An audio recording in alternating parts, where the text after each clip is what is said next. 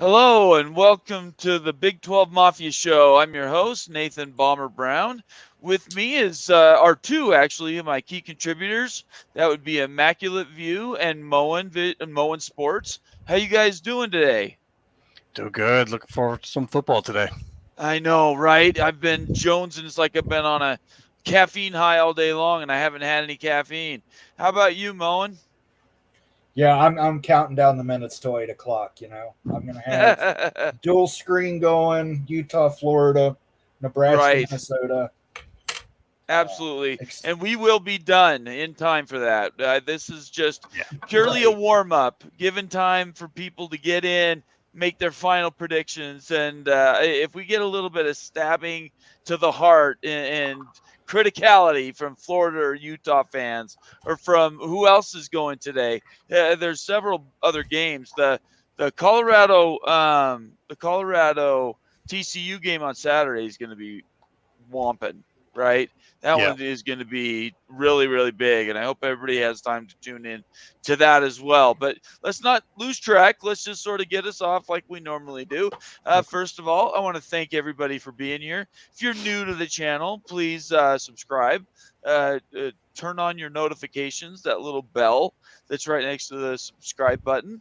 Leave a comment or a question. This weekend, I'm going to go through and clear out and hopefully respond to a few of the comments we've had over the last 2 weeks. They've been crazy. We've been getting so many. I've honestly fallen behind. So I'm going to do what I can this weekend to catch up, maybe during church. I'm just teasing. Anyways, we'll see if we can get some of that work done this weekend and get back to you because you guys have had some wonderful comments. A couple things I want to run by everybody really quick, just as a matter of course. First, I want to show everybody the screen for to show everybody how they can become a member of the channel. Let me grab that and I'll share it. So right now, this is the only way you can join the channel and become a paid subscriber or a member. And that is you go to the Big 12 Mafia page on YouTube. Right here next to the name, you have this little join button. You click the join button and it brings up the three options: the subscriber membership, the contributor membership, and then the founder membership. I want to break a little news today. I finally was able to get the rally towels ordered. So as soon as they told me it was going to be about a 2.5 to 3 week shipping ground, and I don't know why it takes so long to ship them from Florida to here, but evidently that's how long it takes. So as soon as I get those in, I need to start getting some addresses from you premium founder subscribers because I can't send you a towel without your address. So if you will DM me your addresses, I've got one so far. I'm not going to mention his name, but so far I've gotten one address. I'm looking for about 10 others. So please send me a DM in Twitter, and I really want to get those out to you. It's really important to me that we fulfill that commitment. Let's move on to the next thing. Last thing is, and this is great for this show today, if you want your comment to come out, uh, you're welcome to put it in regular chat. But if you want to guarantee your gloating or your putting down of your opponent is actually taken care of on this show, you can make it become a member or do a super chat. And those are really easy. Just down next to the comment section on your viewing that you're doing right now on YouTube, hit the $ and give me a couple bucks, and we'll make sure we get that out there. Anyway, let's right now we're going to start off with we've got a brand new member. Sooner Lemon is in the house with what's going to be one of our newest subscribers. There were a couple that we had in the last 3 days, but this one is big because Sooner Lemon and I hooked up coming out of Jason Watkins Hall of Fame college football show, and he's awesome. And I really appreciate you being here, Sooner Lemon. Thank you for becoming a paid member of the channel, and I hope you have fun. That's what we're all here about. If anybody has any questions about the rally towels, those I'm only sending out right now to the $9.99 members of the channel. We'll have to see where that goes, but they're not free. I do have to pay for them. So those are the ones that are going to get them straight off. We'll have to see about the others later on. All right, I'm going to leave Sooner Lemon's name up there just so we can celebrate it for a little bit. And I'm going to go to Moen first. Moen, catch us up on where we are with the ACC, Notre Dame, and realignment in general. We're at the same place we were yesterday, but 24 hours later. Clear that up so And that's everybody pretty knows what much you mean. it. We're, according to Ross Dellinger, they're going to have a call tomorrow to discuss. That doesn't mean necessarily they're going to have a vote. They're just going to discuss. So, again, we're really not quite there yet. Jack Swarbrick had mentioned. Jack Swarbrick basically spoke for the ACC at that meeting. Right.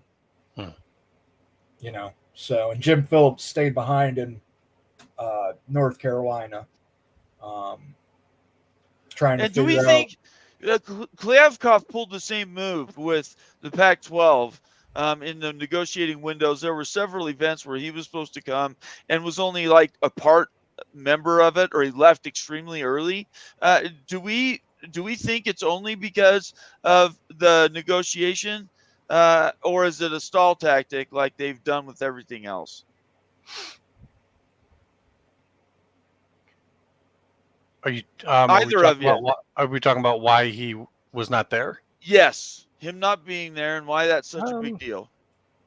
It could be multiple things. It could be, they had a guy there. I mean, Swarbrick is kind of their liaison there, so you could have someone there as well as Phillips back at the main office dealing with whatever. But they might have still been dealing with some of the reaction to what happened in North Carolina. Who knows?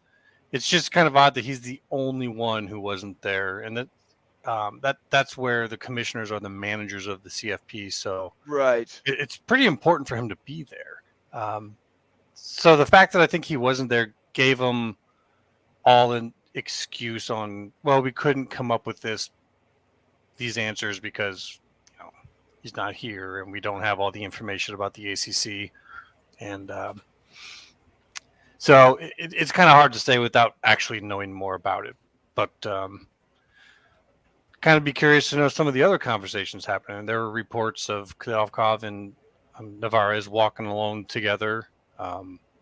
Reports of Kliavkoff and Yormark sitting next to each other. So it's interesting that some other conversations could have happened that maybe aren't fully in the limelight yet. But yeah, we're kind of waiting in the wings here. Hopefully folks at the ACC got the note from everyone saying that they're not too happy with being held up, but we shall see. All right, very good. And Moen, did you want to add anything to that before we sort of jump right by this latest thing? Yeah, there was really not a whole lot Kliavkoff could do there. I think he showed up to make sure nothing could happen. If a vote had come up, he'd have blocked it. But yeah, show up, get the free food, enjoy the cocktails while you still can. All right, if the reports are true, he actually left early though too. He did. Yeah, that's so, also I mean, true. I don't know if he stayed for the term in which a vote could happen, and then after that was just talks, but he did take off as soon as possible. So this is the headline I saw from Nicole Auerbach. Just want to make sure we're giving proper credit. I know Stuart Mandel has been reporting some stuff. There's been Ross Dellinger has been in it, Dennis Dodd. But just this headline, I just want to read it so everybody's very clear what we're saying.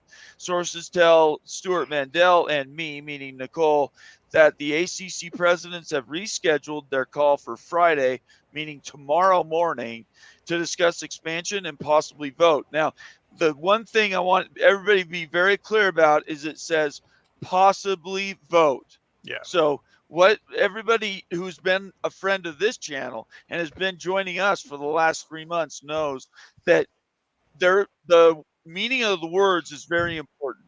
And what the Pac-12 kept saying was possibly. We heard a lot of coming up. We heard a lot of maybe tomorrow's. And not one of them happened. So while they might get together, the possibly vote piece gives these journalists an out, basically saying, if they don't do it, we were told they were going to, but it's out there that they didn't want to break new ground in this meeting. So I just want to be very clear with people watching right now.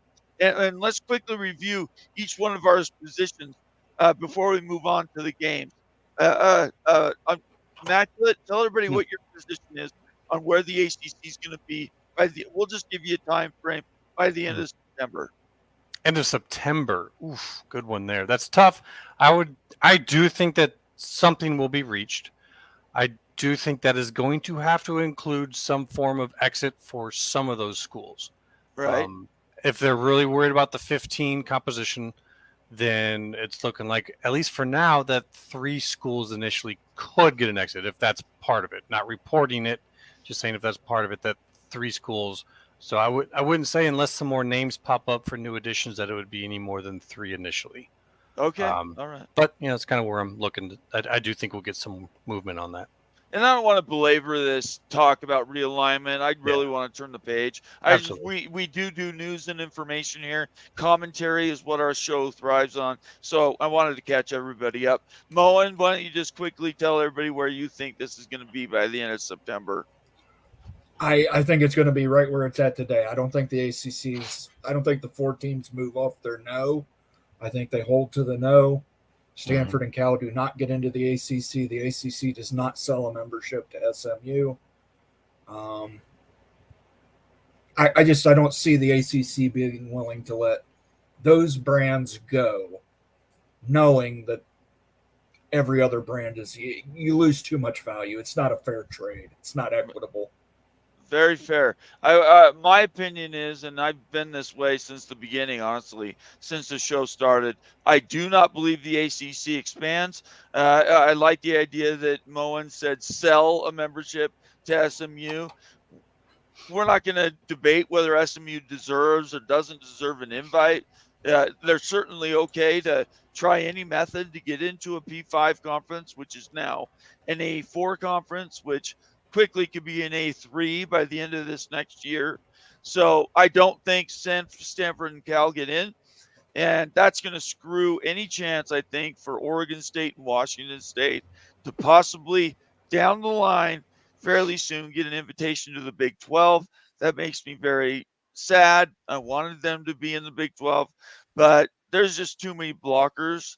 So now we're going to be talking, not us right this second, but the commentary is going to be about the AAC, the possible reverse merger with Mountain West Conference, and those 4 schools have some work to do. So realignment's not going away, everybody. I just want to make sure we're being very clear that even though we're going to talk football right now, realignment's not going to change anything. All right, we're going to jump right in. Let me first say some hellos. Actually, that's not true. Let's jump into Florida and Utah. I'll quickly call out some people that have joined the show. So first, welcome Nick. Let's see, Mr. Monkey Says in the house. Tony Lawson, Ag Biochemist, AMAC, Kenneth Evans. Kenneth Evans, nice to see you. It's been a minute that I've seen you, at least. Sooner Lemon renewed. I don't really care. I really appreciate it. Just having you be here, Sooner Lemon, is fantastic.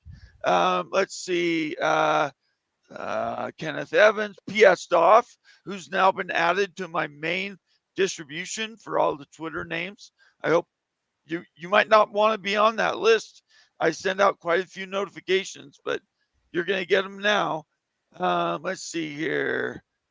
P.S. Doff, Tony Lawson, Sergeant Pickles, one of our members. Good afternoon, all. Good to see you, Pickles. And we'll jump down here to the bottom. Oh, one more. He says, go Dogs. So he and P.S. Doff are both Dogs fans. UCF kicks off in 20 minutes. So let's talk about UCF. I can't remember who they're playing.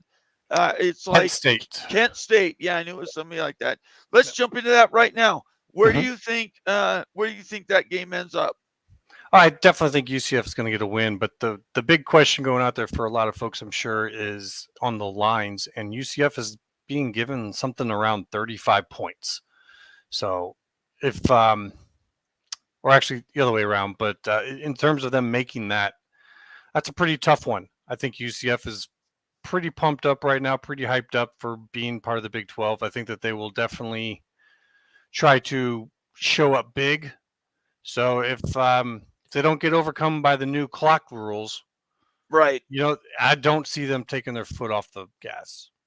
I think that's very I could be fair. wrong, but I think that they're going to want to show up as big as possible. So I think that they stay on it all game long. So they could possibly make that. We'll have to see. We lost Moen. I'm not sure Yeah, where we he did. went, but Not sure. that's okay. We'll continue and trudge along. As far as UCF goes, I put up the lines so everybody can see them.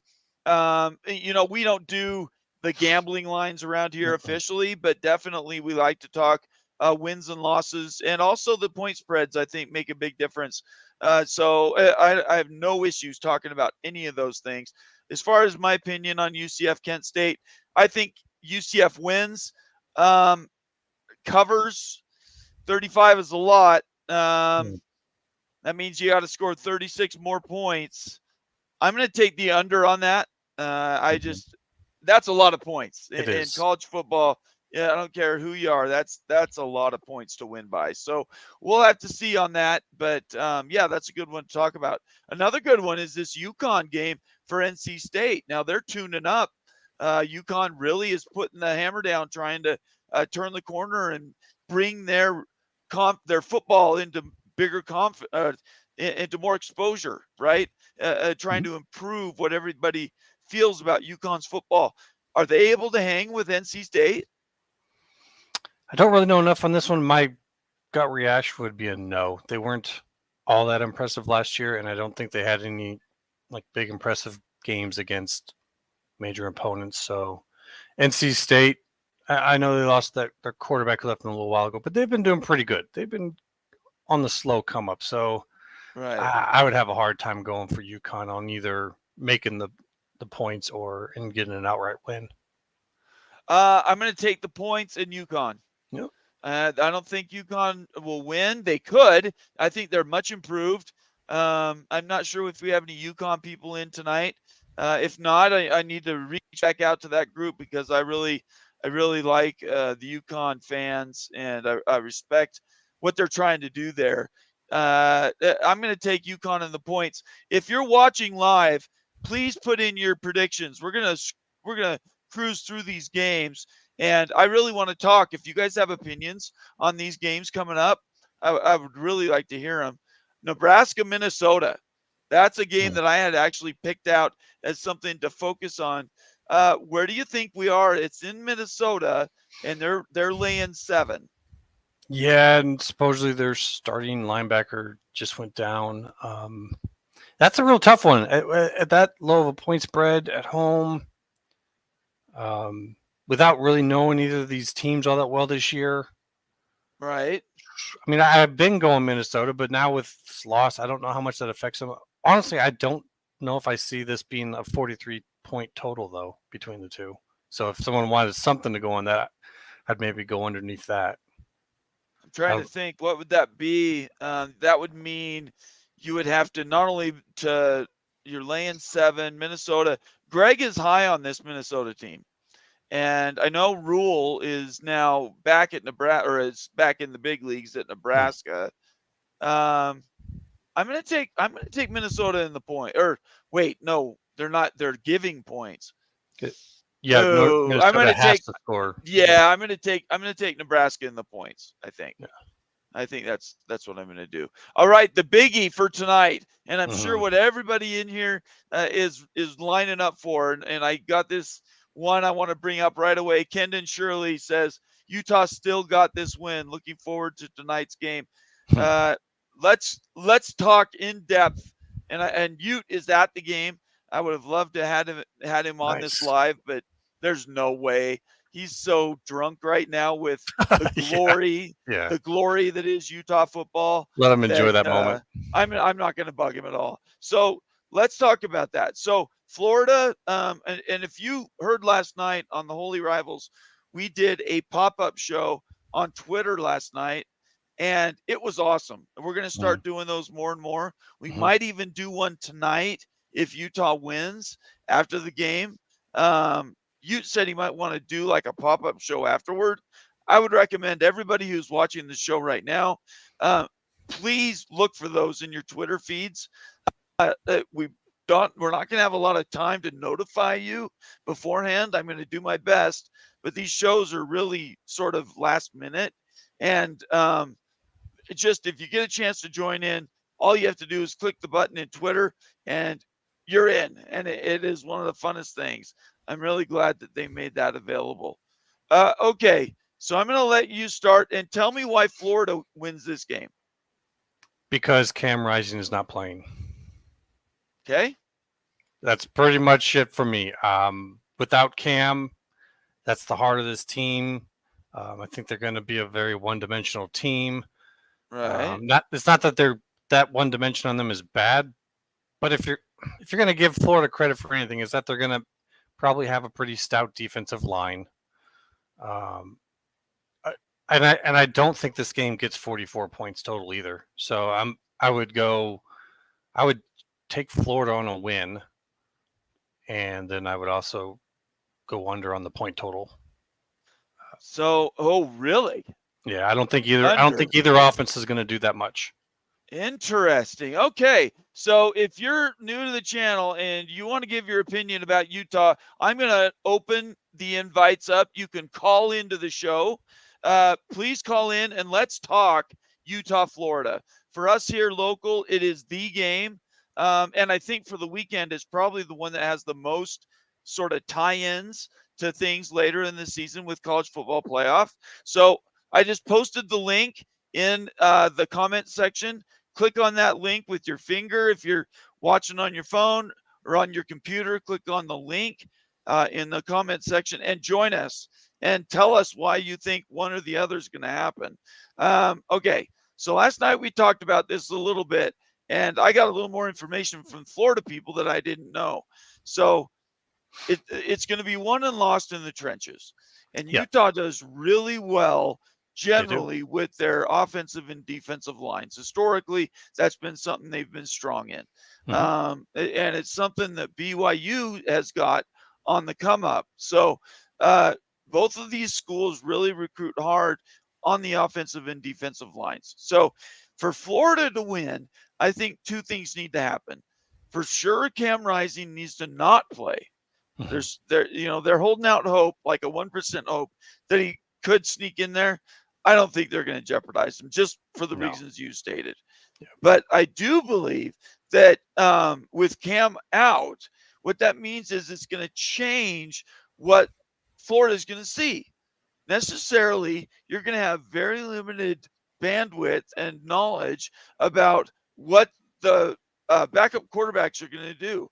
Now, I know Nate Johnson, he's sort of throw from the hip, very loose on the run, can be a little bit crazy at times, but a very athletic quarterback.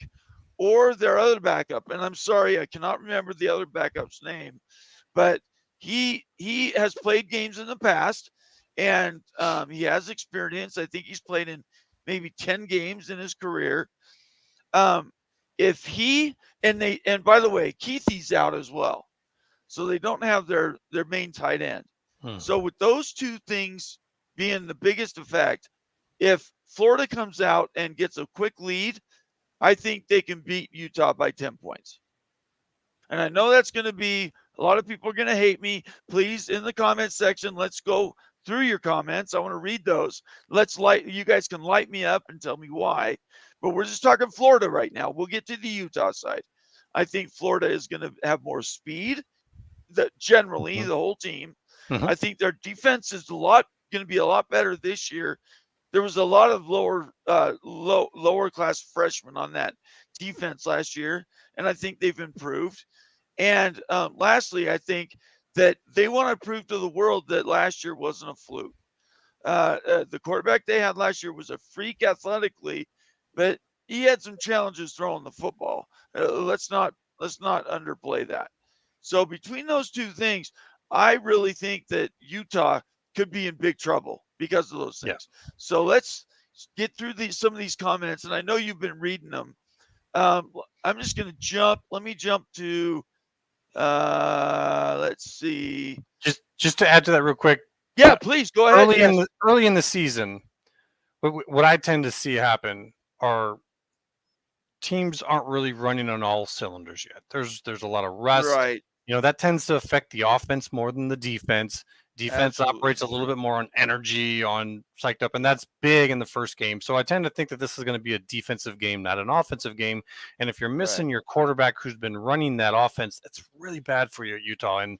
And with Florida and the new quarterback Mertz, maybe they've got it together, but I tend to think you're in the same. That's I think right. you're in the for same Florida, situation there where they're going to have to work on that a bit.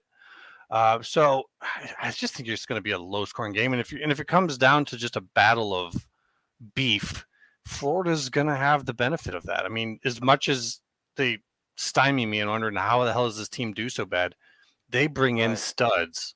Their recruiting teams are top 10. They're big, they're tough, they're strong, and in a game where that matters this much, you kind of got to look at it and go, this could be a bad night for Utah. I think you make very good points. I want to really quick. We're at 40 people watching live early on a Thursday, right before some big games kick off. So I appreciate everybody being here. Me and Immaculate have been looking forward to these midweek games on Thursdays and Fridays and Saturdays. We're getting into it, people, and realignment was fun, but we're going to be talking football. If you're new to the channel, please subscribe, turn on your notifications. If you want your comment to be read, for sure, make it a super chat. If you just want to become a member, I defer to those first before I take other comments. This is how you can get involved. I'm going to post again. This is the link if you want to join the show. I want to talk to you guys. Convince me why I'm wrong. Tell Immaculate why he's wrong. These are things that we really thrive on. All right, so let's get some comments in here. Let's see. We'll start with Adam Ontiveros. I hope I get that right, Adam. Thanks for being on the show. I think you're new to the channel. I appreciate it. Adam's who's a Texas Tech fan. That's great to see that in your logo. The upset, I guess, is Florida. I really want Utah, but with the injury loss, I just can't see it. And I'm going to say happening at the end. I'm curious, Adam. Join the channel because I'm really curious. Why are you cheering for Utah? They're not in the league yet. The Pac-12, as far as I'm concerned, all Big 12 people want to see just struggle. Is it just because they're going to be joining the Big 12 and you want to cheer for your opponents that are in conference when they're playing out of conference games? Is that the reason? Because I find that extremely interesting that that's something you want to cheer for. Please join the chat or leave a comment. What do you think about that? Texas Tech guy cheering for Utah. I think that makes sense. I mean, they saw Texas and Oklahoma getting pulled to go to the SEC. That's where Florida is.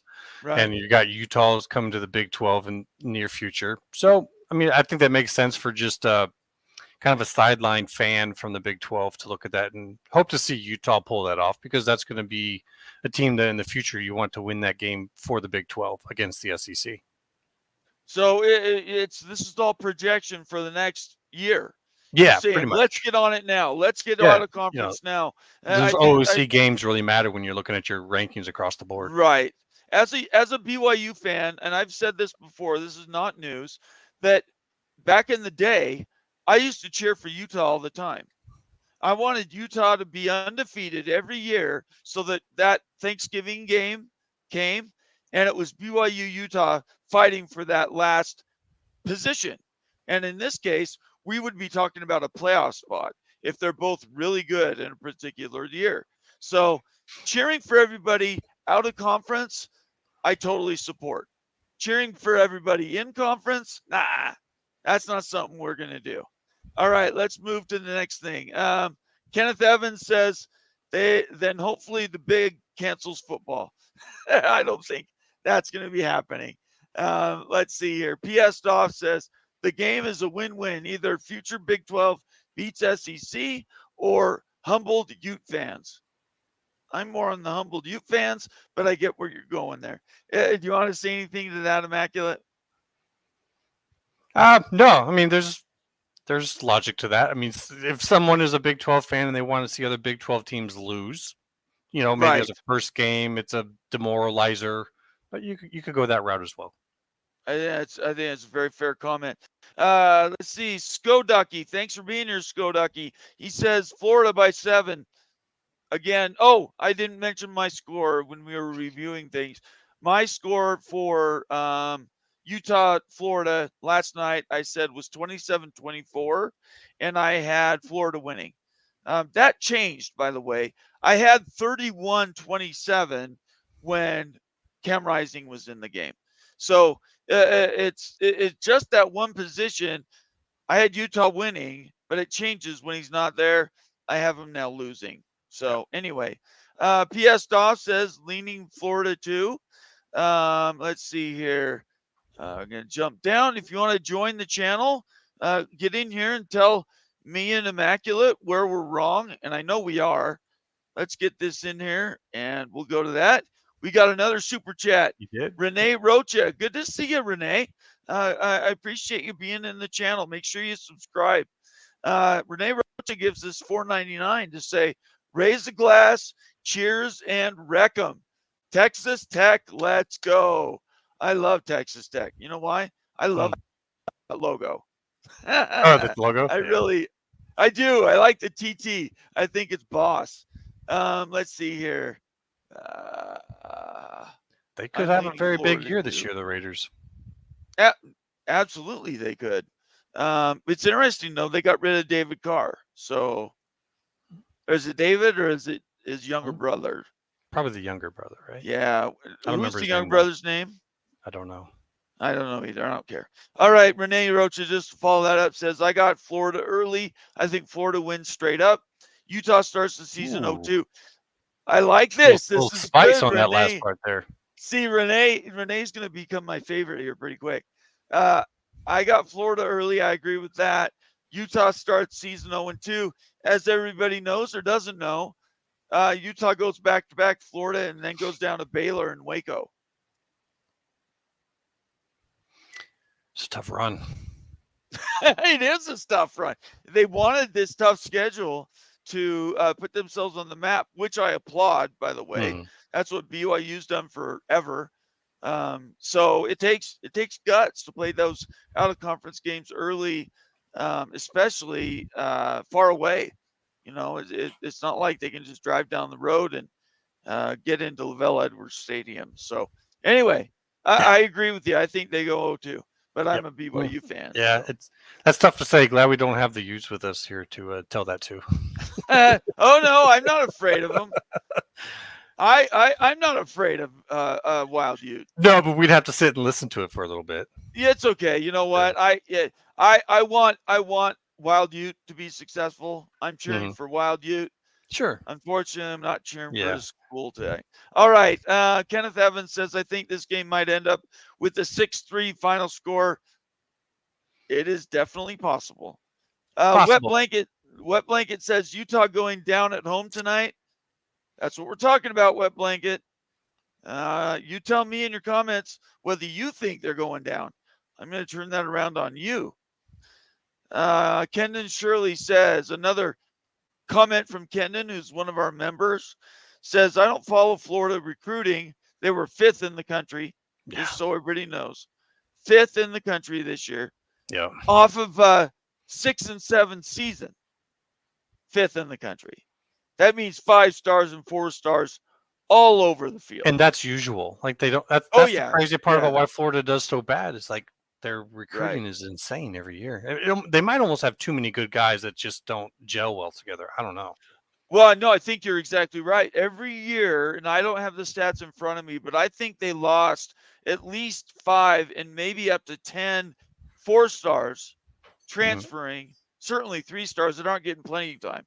Yeah. They're like, I'm out here to play football. Yep. So they change and they leave. They go somewhere else. And honestly, go ahead. Oh, I was going to say, no, keep going on that, but also I was going to say, you got Greg Swayman chat too. He could probably throw in quite a bit on the recruiting side of things. Is Greg here? Greg, can you join the chat? Here, I'm going to send you please, I haven't talked to you in a minute. I'm going to put this comment down here. click on that thing, Greg, and join us. I know you're going to tell me you can't. Probably because you're I was sitting there babysitting. thinking like, no, he's not coming in. Probably Yet. because you're babysitting your wonderful grandsons. He's got his big show coming up. He's probably going to save his face for that. Oh, no. Come on, Greg. Be a wuss. Everybody, so you know, Greg's show starts tomorrow. Yeah. September 1st. We're in countdown mode. Long awaited. I'm excited. I haven't received my embossed invitation. I'm kind of pissed about that, actually. Anyway, Kendon says, I don't follow Florida recruiting. Did they put themselves back together after a poor showing against the Beavs? The answer is yes. Yeah. They did. Let's see. Renee Rocha about to toss them fajitas on the grill. I love it. Good. I'll send you my address and you can ship them to me. Let's see here. Oh, I love these comments so much. Adam Barrows again says the one thing is Florida needs to take into account this is the elevation. So let's talk elevation. We are sitting at 4,600 feet above sea level. If you've never been to the high mountain states, that's Nevada, Utah, Colorado, some New Mexico, certainly Idaho and Montana. But you get up here and you don't think it's anything. You walk around for a half hour, you do not notice the elevation is different. But you run up a flight of stairs, one flight of stairs, and I guarantee you will be winded. It's just the way it works. So the last 2 days, Florida has been in Colorado, trying to get used to the elevation. I don't think 2 days is going to do it, but we'll have to see.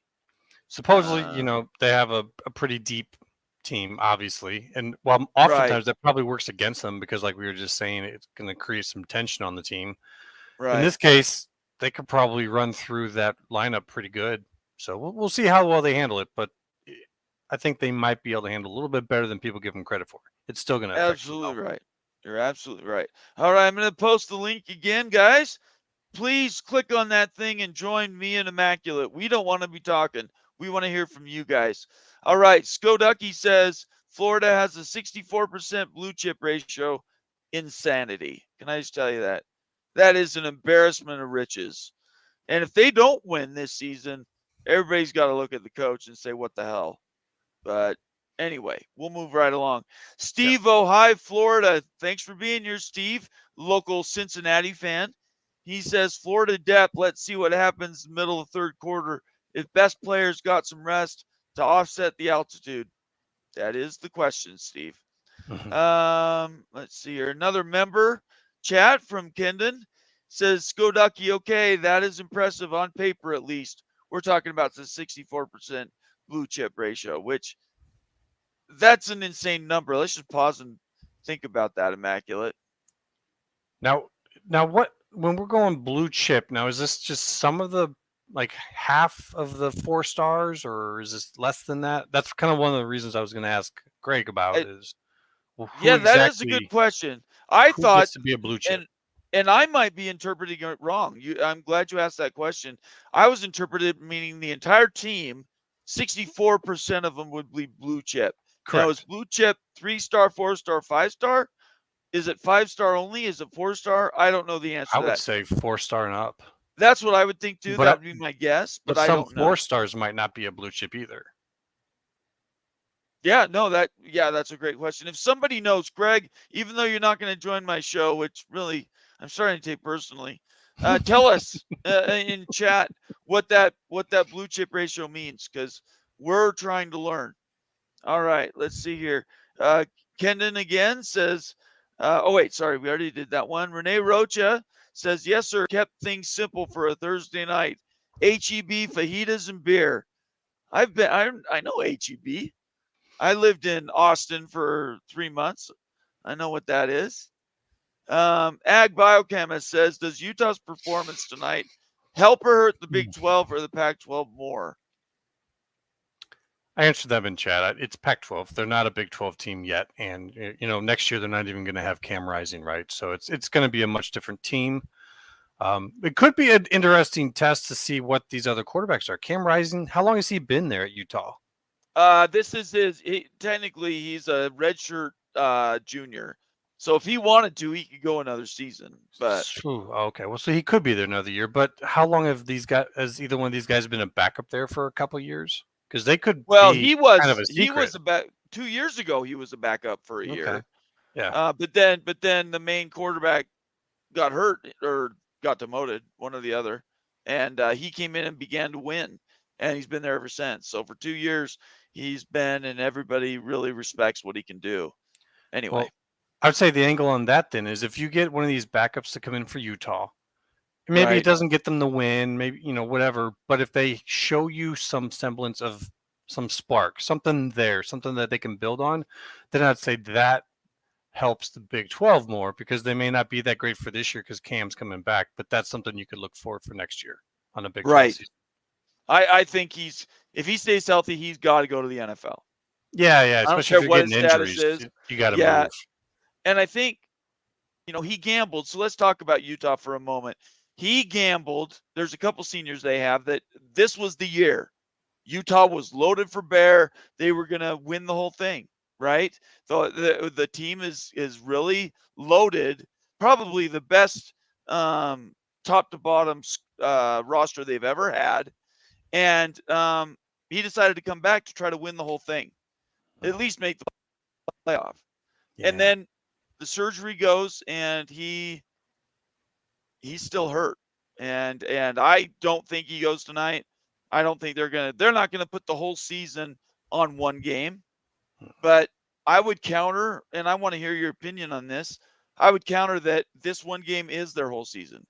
If they don't win this game with the revenge factor, being at home, everybody talking them up for an entire year, at least 9-10 months. If they don't win now, ask the big question, are they ever going to? Well, I wouldn't go so hard on them because it's going to be an entirely new game for them next year, right? Like coming into the Big 12 style. No one knows who's going to be the top dog. So no, I wouldn't go that far on them. But as far as this year goes, a loss to Florida, because we're talking about just 4 teams this year. We don't want to lose track of that. So if they lose to Florida and still win the Pac-12, they might get kept out still. I mean, because you're talking last about, year they did. Yeah, so that doesn't work out well for you. So in a way, and this is what I do not like about the current system. I do not like how a first game of the season, where no way are these teams the same as they are at the end of the season. Of course. But yet that could be the thing that keeps them out if you're comparing champions. But aren't they? It's an all or nothing game with only the 4 teams at this point. There are no other options. It's not like you can say, okay, we can do something different to change the dynamics. Yeah, and I'm not saying like we can fix the 4 game. Like that's kind of why you're going larger and why you're looking in the future to fix this problem where exactly. But it is what it is, and that's what I would see them caution if they lose this one. Even though your quarterback's not there and all of that, it's still a loss, cross conference against the SEC. I think it would be a disaster if they lose this game. Yeah. I hate to say that, but it's unfortunate. But it's really sad that he is not healthy. And you could play the what if game and say, what if they did have a healthy Cam Rising? But in today's game, especially in college football, it's all or nothing. There's zero tolerance for mistakes, zero tolerance for errors in judgment, in game selection. I mean, all these things, unfortunately, and that's why expanding the playoff is so important and why it'll be better because it'll bring more people to the table. But yeah, just to start off right now, I think it would be a disaster, but that's just my dumb opinion. Don't listen to me. All right, Ken and Shirley, again, a member, says, to be honest, I just want Utah to keep their rankings. So when the Bees play them in week 4, it boosts our rating when we beat them. Kendon, you're exactly right. And this brings up another topic that came up in Twitter this week. Somebody asked the same question about Boise State and Washington. I believe it was somebody from, was it TCU? No, it wasn't. It was a Big 12 team, and they were asking, it might have been Houston, Oh, no, I'm sorry. It was UCF. And their fans were asking, do we want the Beavers to lose to Washington so that when UCF plays them, they're down and beat and UCF can walk over them? Or do they want them to beat Washington, who is right now in the top 15 in pretty much every poll? And if they beat Washington, then when you come along and beat them, yeah, it'll be a tougher game, but so it's high risk. You could lose, but the high reward is you beat them and Boise State beat Washington. That makes your win that much more powerful. And I think that goes with every game on every team's roster. If they're in a position to play a team that the game before they were playing against a top 10 or 15 team, they want them to win. You should be cheering for every one of the teams you're playing to, before you play them, that they win every game they play, because your win then is amplified. Hmm. And if Oregon State does win through, they will have wins against Washington, against Oregon, and against Utah. I don't think it's so much a problem for the Beavers if they actually win out, go to the championship, and say beat Utah. Even if Utah is lower ranked than they would want it to be, I don't think that the Beavers actually have a problem in that regard making it.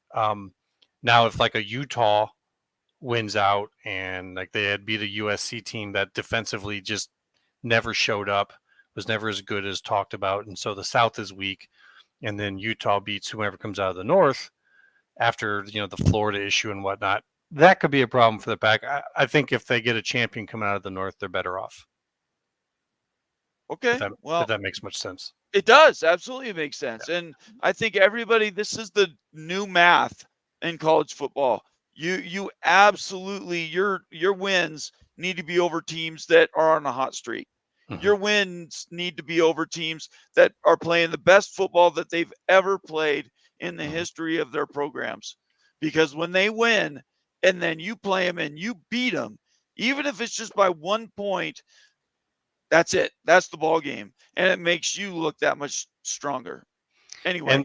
And this is where I'm not a big fan of the preseason ranking system that they use. Yeah, I don't either. But this is where it matters. And, when you're looking at a division that has 4 ranked teams versus a division that has 2 at the start, it's a big deal. So what is that? It's the first 4 or 5 weeks before you get the first playoff rankings, right? Isn't it? It's all of September and like the first week of October. Isn't it like that? Is it 5 or 6 weeks? But even then, those rankings kind of at least influence the CFP Oh, sure, judges, absolutely. so. I'm agreeing with you. But the preseason rankings set the tone. Like, it's like if you were to compare races, if you were to compare like greyhound racing or horse racing, everyone starts identical. Right. But if you were to compare that to motor racing, they don't. They have, uneven starting. But at least in motor racing, that's based off of qualifying. There's no qualifying in football with the ranking system as it is. So you're giving certain teams with their brands a head start over others in terms of ranking. There's no doubt about it. Absolutely no doubt about it. Kendon Shirley, one of our members. I'm going to bring up that membership thing again. I want to make sure everybody knows how to do this. Every show, I get a DM from somebody saying, how do I join and become a paying member of your channel? So I'm just going to make this I'm proselyting at this point. I want everybody to understand where that goes. It's right here on this main page, Big 12 Mafia. There's a join button. I'm going to get this comment of Kendon's out here so everybody can see it. There's different membership tiers. Click on one, become a member. It's month to month, and just become part of the family. We really take that stuff seriously around here, and definitely Immaculate and I love to have members be around. It's also just on the page as you're watching the show. It's just right there to the left of the subscribe button, so they can join. Right here. I'm sorry. You're right. Thank you for. Yeah, it's this join button right here. Because I can look at it. I'm actually watching the chat and everything going on, and the join button's right there on my page. So people can join right here real quick. Yep. Pretty easy to do. Any one of these. Yep.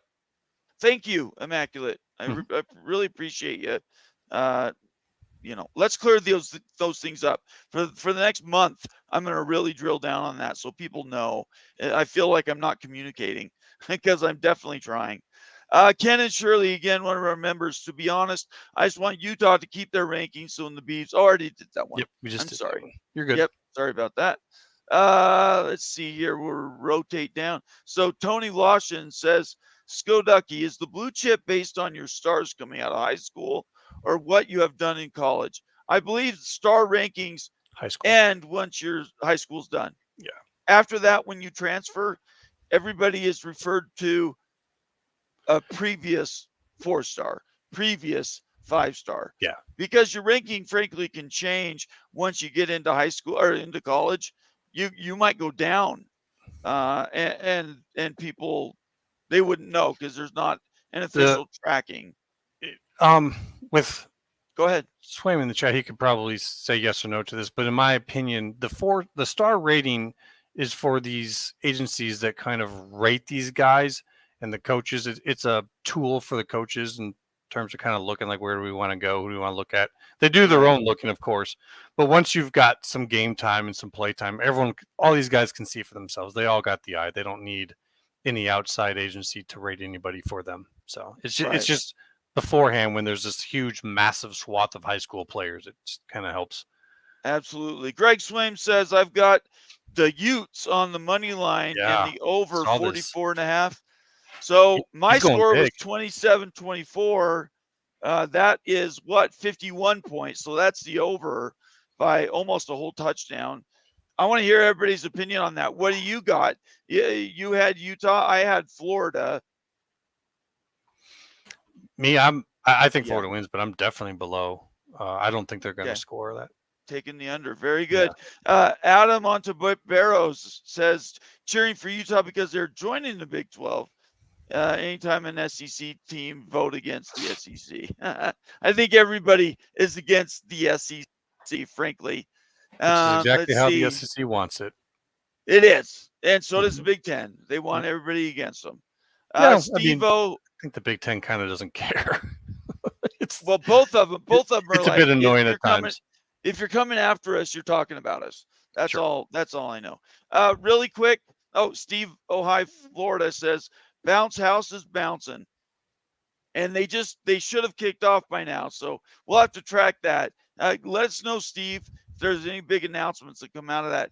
Really quick, before I move to the next comment, I want to tell everybody up in the upper right-hand corner of your screen, you'll see a QR code. Scan that with your cell phone. It's BYU mini football helmets. And if you're a BYU fan, almost an unlimited supply of different models of BYU football helmets. I have several here behind me. Currently, this is my favorite. It's the old school. I don't know what date this goes back to, maybe the 50s, but that's my favorite helmet. I wish they would do that one again. Anyway, look them up. It's a great company and really good helmets. Sergeant Pickles says, bad news for me, but Utah wins a close one today and beats Baylor next week, even without Rising. You're crazy talk, Pickles. Absolutely crazy. Immaculate. Tell him he's wrong. I have a hard time going Utah with anyone over anyone if they don't have Cam until I see what their quarterback can do today. I'd have to go Baylor just based on my own ignorance of what they've got going on.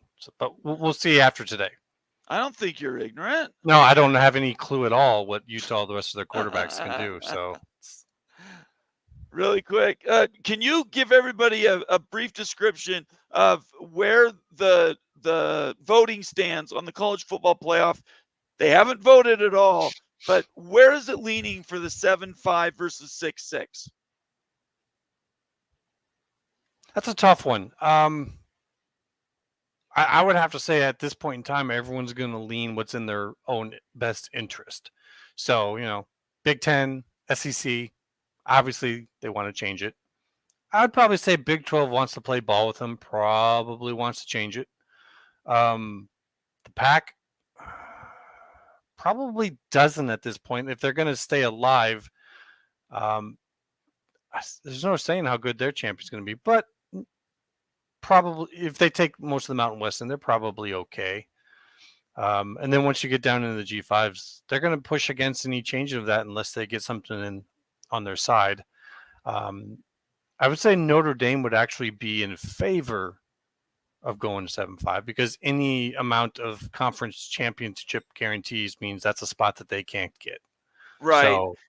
So I would say the votes are leaning in the direction of 7-5, if not at direct 50-50. But you got to have unanimous, so it doesn't really matter either way. There's no vote. I think you just keyed on it. No vote yet. Yeah, the big guys will have to pay off the small guys to change their vote, basically. That's the only way. Yeah. P.S. Doff says Baylor will win. So we're talking next week. I agree with you. We'll have to see how today goes. UCF is kicked off. I'm so excited about that. The real MVP 24 says Adam Montebarros. Since the SEC has been the best conference for a while now, and it's hard for anybody to dispute that. Yep. I guess those moments of enjoying the SEC losing are few and far between.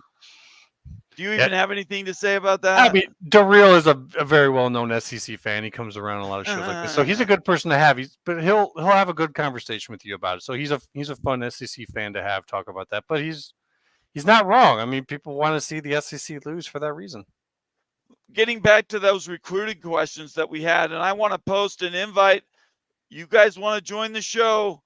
Here's the link. If you're just new to the channel, subscribe, turn on your new notifications, and then in the comment section, I just posted the join link wrong verbiage, the link to join our show right now in StreamYard. Click on that link. It doesn't take you to a multi-level marketing company. It takes you to our show right now. So please join us if you want to talk a little football before we actually get into the season. Greg Swaim says you can have a number 9 recruiting national recruiting class, and still it's the number 8 class in the ACC. Let's say that again. You can have a number 9 recruiting national recruiting class, and still it's the number 8 class in the SEC. Florida has a 9 or 10 class every year, but that's average for the SEC. Mm-hmm. But he also makes a comment a little bit later on, you'll see, where he's talking about how the star system is a bit corrupt, and how when guys are moving between who they're looking to be with, that their stars can change. So I don't want to infer anything. I don't want to say anything, but it might be that some of the guys who are going down there, they're getting higher stars for being looked at by SEC schools because they tend to be looked at as the top recruiting schools. So it's still an impressive number, though, regardless. Right. Very good. Darrell says Florida has a decent talent edge compared to Utah. Nobody here is denying that. No. Let's see. We'll scroll down. P.S. Doff says, if so immaculate, they are the college football version of the Utah Jazz. Yeah, we were talking about doing less with more. That's what BYU and Utah have both done. Historically, both of them have punched above their weight. Obviously, I'm biased here because I'm a BYU fan. But, yeah, I'm just letting everybody know, if you don't know about Utah or BYU very much, then the next 10 years you're going to find out a lot about both of them because the rivalry is going to be in conference, regardless of what the coach for Utah says. And it's going to really be amazing for people to pay attention. All right, Tony Lawson says, nice to see Florida play a road game outside the state.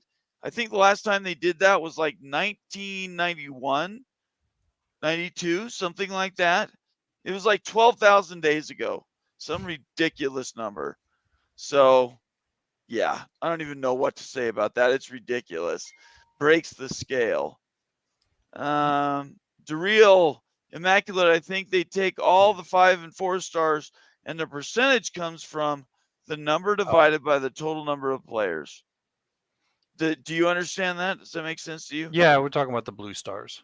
Okay. Like you take all your 4 and 5 stars, compared to all the rest that are like 3 and below, and the Right. percentage of them that are 4 and 5 stars is it's over Right. well over 50% of them are all 4 and 5 stars. Okay. And Yeah, Doff that's just very- clarified in chat that it was actually the opposite of what I said, that they collect a lot of talent with no plan to actually win. You'll see that at the end of comments. yeah, I don't know about that. Greg Swain again says they're getting the same 4 and 5 stars others are recruiting, but as good as their classes are, Bama, Georgia, LSU, Texas A&M are better. OU and UT getting ready to find this out. Let's talk OU and Texas in the SEC. How long does it take? And we're going to stir some stuff up. Can I you know put that we've only back up got real quick? 27 people. No, I'm not going to give you a reference. Just so everybody knows what I'm talking about here. What is going to be the prognostications of Texas and Oklahoma, let's just say between now and 2030? Do either of them win an SEC championship? OU plays great offense, does not play defense. UT has. I'm actually kind of thinking that UT maybe does better only because they've always seemed like this underachieving team of collection of studs, but they just, for whatever reason, they just don't get their crap together. But I think if they're getting their tail whipped by SEC teams, maybe they come together better. But I'd say the betting odds are that both of them are going to have a very rude awakening. I think it's going to be very difficult for both of them. Historically, blue blood schools historically have won throughout the ages, and they're going to be severely tested in the SEC. It's one of those things where you better be careful what you wish for, because you might get it. On the other end of that, Texas A&M did okay though when they came in, right? But did they? I think that they've actually had most of their success early on, and now they've turned into just kind of mediocre with. Yeah, right now they're a talent. speed bump. They're getting they're getting better talent now, and they're doing worse. It's kind of funny, right? Texas A&M was #1 recruiting class for 2 years, and still was 4-8 last year. I mean, it's crazy the way the numbers work out against schools that move out. Nebraska, where have they been? Let's talk a little bit about Missouri. I mean, Missouri is going to be a perennial whatever, but they're not winning the SEC anytime soon. So, yeah, they're getting more money. That's what they wanted, more money and more exposure. Be careful what you wish for. All right, we'll move right down here. Larry's in the house. Pac-12 Pilgrim says 18 redshirt at Texas, 19 had to sit for transfer, 20 were COVID injured. You're talking about years. 2018 redshirt at Texas, 2019 had to sit for transfer, 2020 COVID injured. Who is he talking about? Do you know? I don't know either. I don't. But he's a member, so I read their comments first. Let me scan up. That's just how it works. If you can find out, please let me know. We've got some updated news. UCF has already scored a touchdown. That's from Monkey Muscle and Adam Ontiveros. Thanks for the updates, guys. Go ahead. I think he's talking about Cam. Oh, he's talking about Cam. Okay. Yeah. Very good. Thanks, Greg. Appreciate it. P.S. Dov says, is that the start of a beard, or do I have a smudge on my shoulder? Me? This is me trying to look wiser than immaculate is. I don't know about all of that, but actually, you want to know what it is? I am too lazy to shave. Ask my wife. Too lazy to shave. All right, I'm going to put the invitation out. You want to join the show and tell me and Immaculate why we are so wrong? Click on that link and join us live right now. Let's see here. Tony Lawson says, I'm almost certain the Gophers have never had a 5-star. Never? I don't. That's possible. That's a very certain word. Never. It's very absolute. Yeah, I don't know the answer. We should ask Greg Swain might know Yeah, that. Greg Swain. Do you know We if need they've a ever had a 5-star? I need don't a bat know. signal for Greg Swain. Hey, Very good. By the way, if you want your comment to be sure to be read, make it a super chat or join the channel. Go to the Big 12 Mafia page. In the middle, there's a join button. Click that thing, and yeah. CKS, good to see you, CKS. Cam was set to leave last year until his injury. That is true. He was going to go NFL. Would never have got drafted with the knee. Again, exactly correct. He needs to show he could play a whole season. Bingo. Because he hasn't been able to do that. So we'll have to see where he ends up. he may have to stay another year. Oh my gosh, could you imagine? I think if he stayed, it would cripple the program. Because who are you going to recruit to play instantaneously? Now you're going to have another season of quarterbacks that have had to sit. Yeah, it's interesting. I think that would be a disaster. Mr. Monkey says might get Mulligan if QB doesn't play. Can I ask you something about that real quick before you go forward? Please. Does that put Cam Rising on the transfer list for next year? Think about that one for a future talk discussion. That's a very good question. I don't know. Yeah, we can't answer that now, but just something to talk to the boys about later. Yeah, get some Utah. I think that could definitely be because what you said is true. Yeah, and that's happened before in the past multiple times where a guy stayed too long and basically is told, "Look at Jalen Hurts." No, you're right. There's absolutely no. Yeah, you're right. Blake in the house. Good to see you, Blake. Says Rice Eccles better be allowed to compensate. Rice Eccles is the stadium at the University of Utah. We'll have to see. They talk big about how good their home games are. They've played great in the past. Florida's a different animal. I'll say though, I mean, when you're playing in the SEC, you get used to playing in loud stadiums. Yeah, cowbells at Mississippi State, everywhere. LSU, people psycho. Everywhere. It's loud everywhere, except for maybe Vanderbilt. Yeah. CKS says not just tonight, but also Baylor next week. That is football for you. Kind of sucks. Yeah, well. Yeah.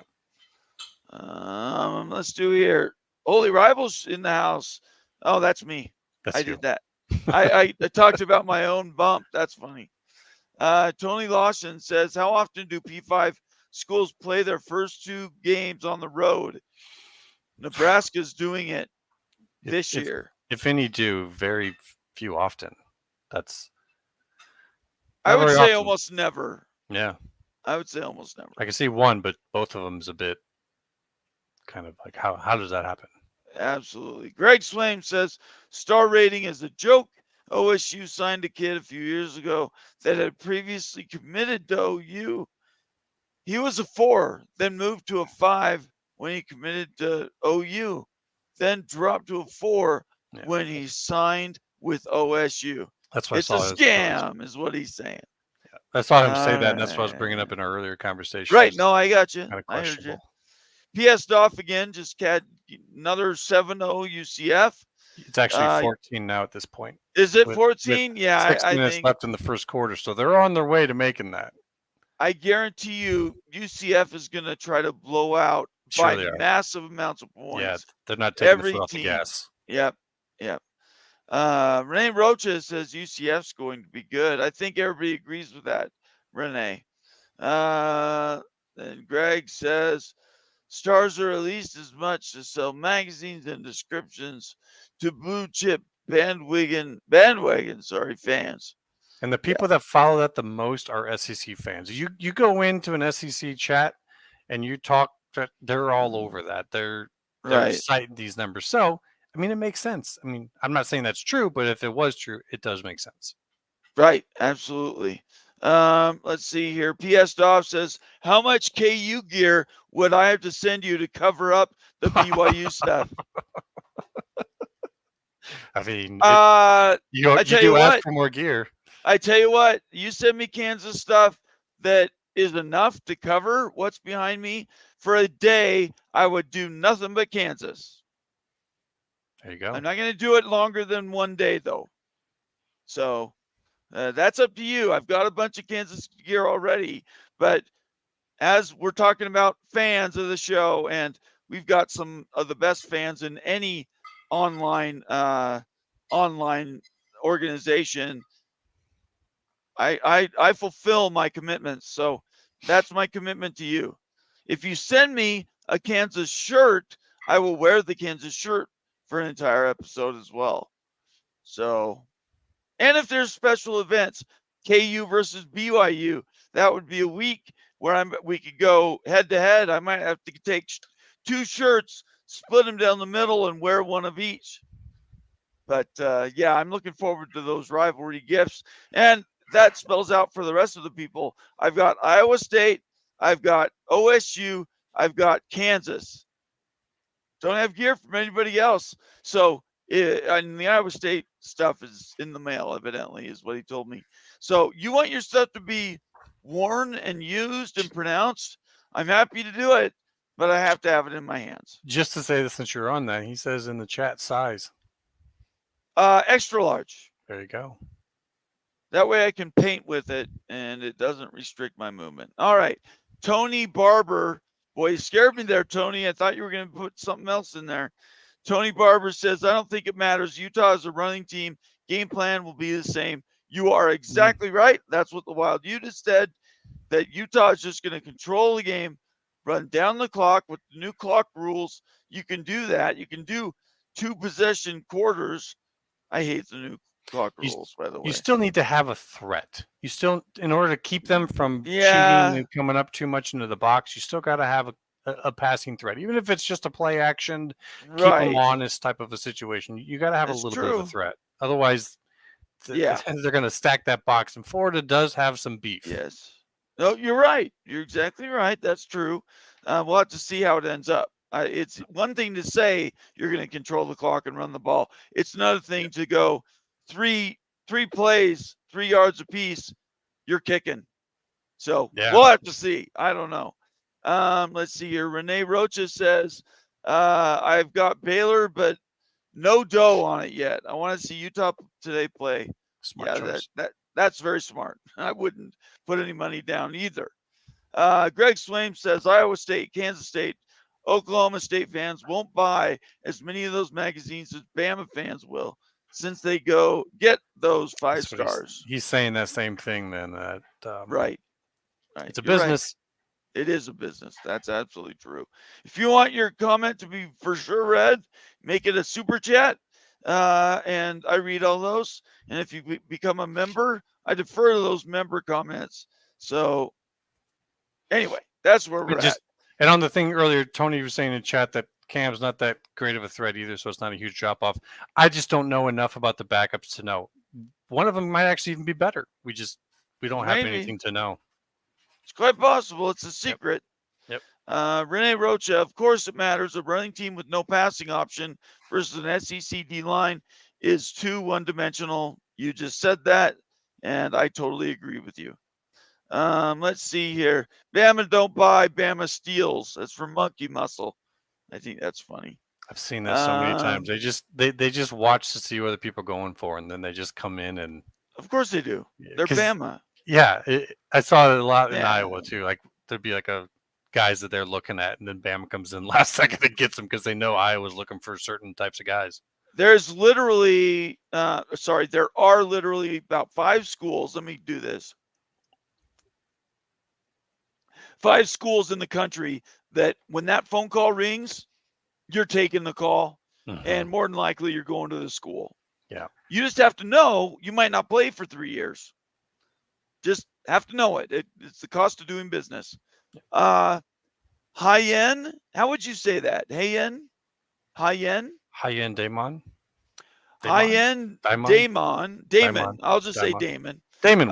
He says, hola, high-end. Good to see you. Saying hello. Yes, he is.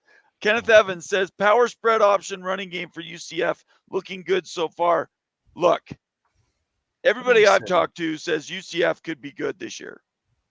I've heard that from a lot of people I respect, and their opinions matter. So Ooh.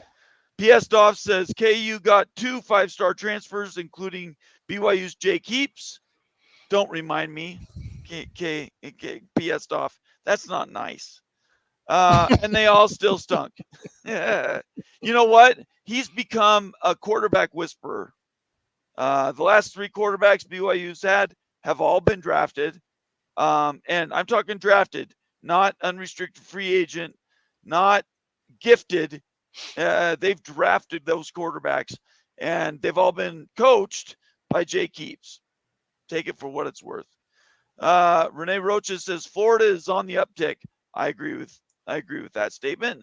You have anything you want to add to that? I'm not sure about their coach. I mean, they're talking so big about him, but they're also talking so big about Graham Mertz. So I really can't take a whole lot of what they're saying, right? As a whole lot. I just want to see how they actually do. This reminds me, I'm gonna start clicking through these.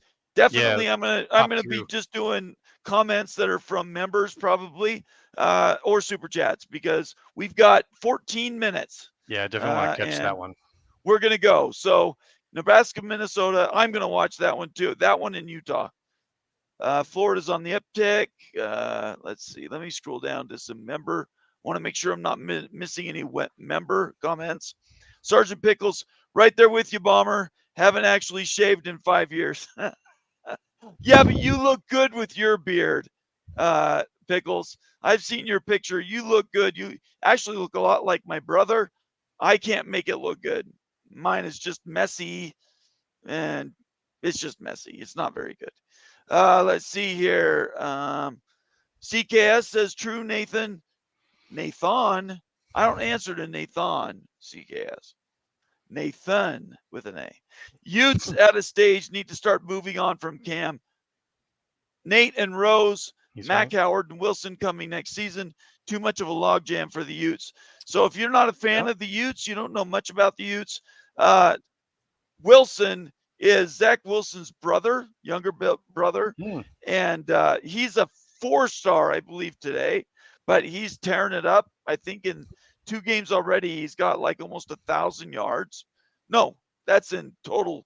He's got something like almost 800 yards in passing in 2 games. So he's on it. He knows how to throw the ball, and his placement's really good too. So that's exactly right. It's just like the problem that we have at Texas. Everybody know who's the backup at Texas? That's to you, Immaculate. Answer that question. You talking about the royal family member? I am. Can you say his name? Archie Manning. Is it just Arch Manning this time? I call him Archie just to be derogatory. But he's in the wings right now at Texas. Mm-hmm. Cam Ewers, how many games do you think they're going to give him if he's not absolutely tearing up these defenses in these preseason games? Reports are that Arch isn't doing that great in camp. I'd say he's got some room. To me, after seeing what this guy's saying right here, I think that the story is Cam Rising may have to transfer next year. That's going to make some schools watch that. So is it perception or is it reality? They spent over $1 million to recruit the kid. Mm-hmm. His last name is Manning. Mm-hmm. And who's going to be patient with him sitting in the background? Do you think his advisors, Eli, for instance, mm-hmm. And you know, I know where he's going to want to go if he wants to go for somewhere else. Well, where is that? Tennessee? He's going to want to go over to Ole Miss with what's his name as the coach. Yeah, maybe. Yeah, because at that point in time, I mean, the schools that he was, they were possibly looking to recruit him, they've moved on to something else. Right. You're going to need a place that can kind of open a way for you, and Ole Miss is going to have the donors to like grab him because the storyline. Yeah, and with that coach helping him out, I think that's a good combo. It's quite possible. The point is, are they going to be patient?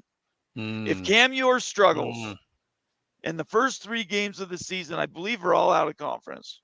Yeah. If he struggles and maybe even they lose a game, do they stick with Cam Ewers, who himself was a 5-star quarterback? It really depends upon how the others are looking. If the others are looking good, yeah, they might move on. If the others are not making them feel like it's going to be any better, then maybe you don't want to throw them out there in a season that's not going so well. I think there's going to be so much agitation by Texas fans that if he struggles and is it Cam Ewers? It's not Chris Ewers. Chris Ewers, yeah. Chris Ewers. Sorry, I got his name wrong. And if he struggles, they're going to have a very quick hook, regardless of how good he is. Someone in chat saying that Manning is only the third string quarterback. I know. So how long are they going to be okay with third? I don't even know who the other guy is, but if that's the case, then I don't think Arch is getting in there at all this year. And if that's the case, I think he very easily could transfer. Maybe. I mean, and Texas is going to recruit more guys in the offseason again. So. Right.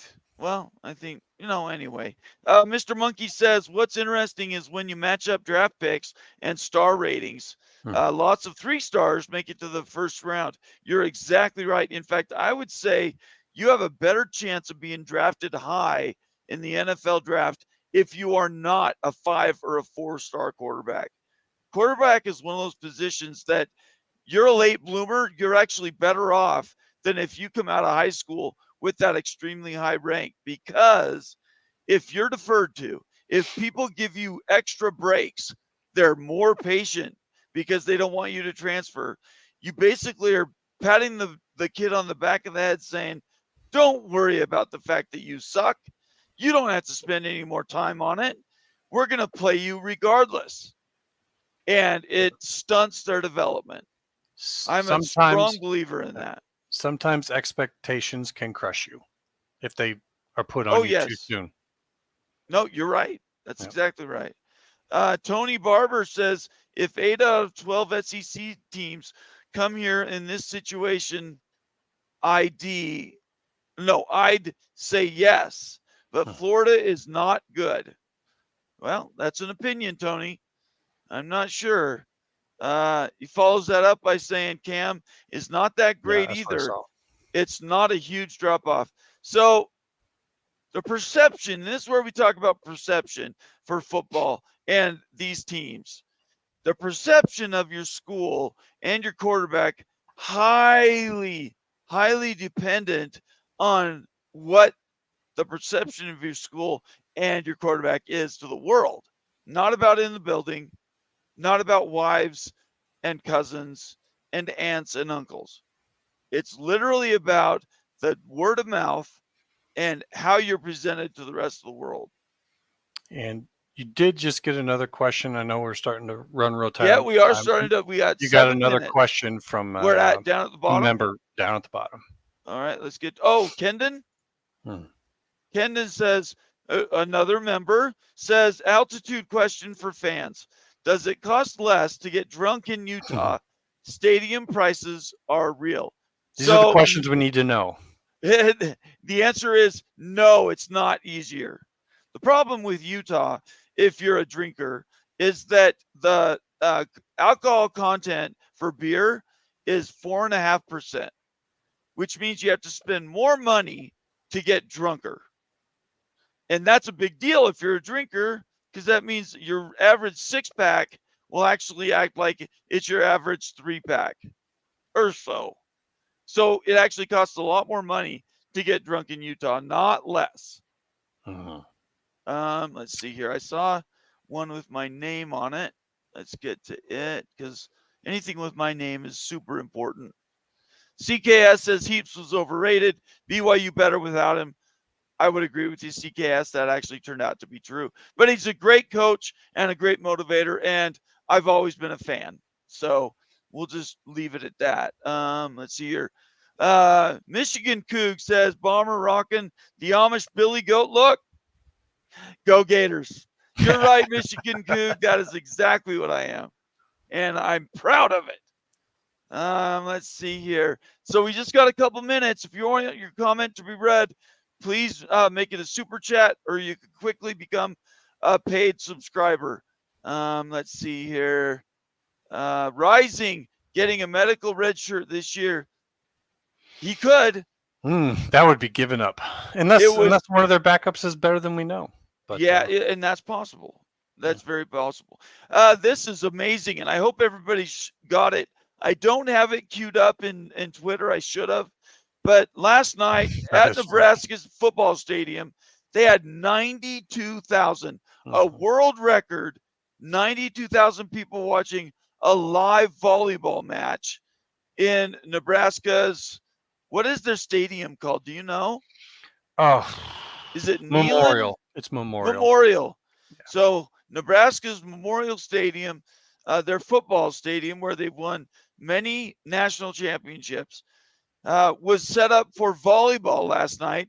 92,000 people watched a volleyball match in Nebraska last night. And that, I don't know if it's a world record, but it's certainly a record that I think is going to be hard to beat in the future. Do you think women's sports deserve to have that many people watching a volleyball match?